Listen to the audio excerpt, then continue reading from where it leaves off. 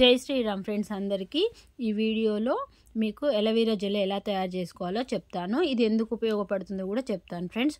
చూడండి, ఇప్పుడు వచ్చింది మొత్తం చలికాలం కదండి, ఫిబ్రవరి ఎండింగ్ వరకు ఉంటుంది. ఈ చలికాలంలో తలలో చుండ్రు బాగా వస్తుందండి. దానివల్ల ముఖం పైన పింపుల్స్, మొత్తం ఇచ్చింగ్ వస్తుంది, జుట్టు అంతా డ్రై అవుతుంది కదండి. అలా కాకుండా ఉండడం కోసం ఈ ఎలవీరా జెల్ తయారు చేసుకొని ప్రతి వీక్ పెట్టుకున్నట్లయితే మీకు తల నీట్గా ఉంటుంది, జుట్టు కూడా ఊడదండి. చుండ్రు వల్ల జుట్టు బాగా ఊడుతుంది. చూడండి ఫ్రెండ్స్, దురద వస్తుంది, ఇవన్నీ కూడా తగ్గిపోతాయి.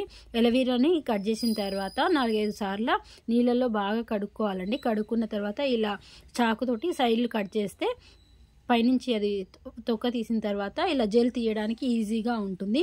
ఇలా తీసిన జెల్ని మంచిగా మనము ఒక మిక్సీ జార్ తీసుకోవాలి ఫ్రెండ్స్. మిక్సీ జార్ తీసుకొని అందులో జెల్ వేసిన తర్వాత, మేమైతే అంతకుముందుకు 3 టైమ్స్ కోకోనట్ ఆయిల్ వాడాము. ఇప్పుడు మాత్రం మస్టర్డ్ ఆయిల్ వాడుతున్నాము. ఎందుకంటే చలికాలం మస్టర్డ్ ఆయిల్ హీట్ వస్తుంది అని చెప్పేసి, బాగుంటుంది అని చెప్పేసి ఇలా వాడుతున్నాము.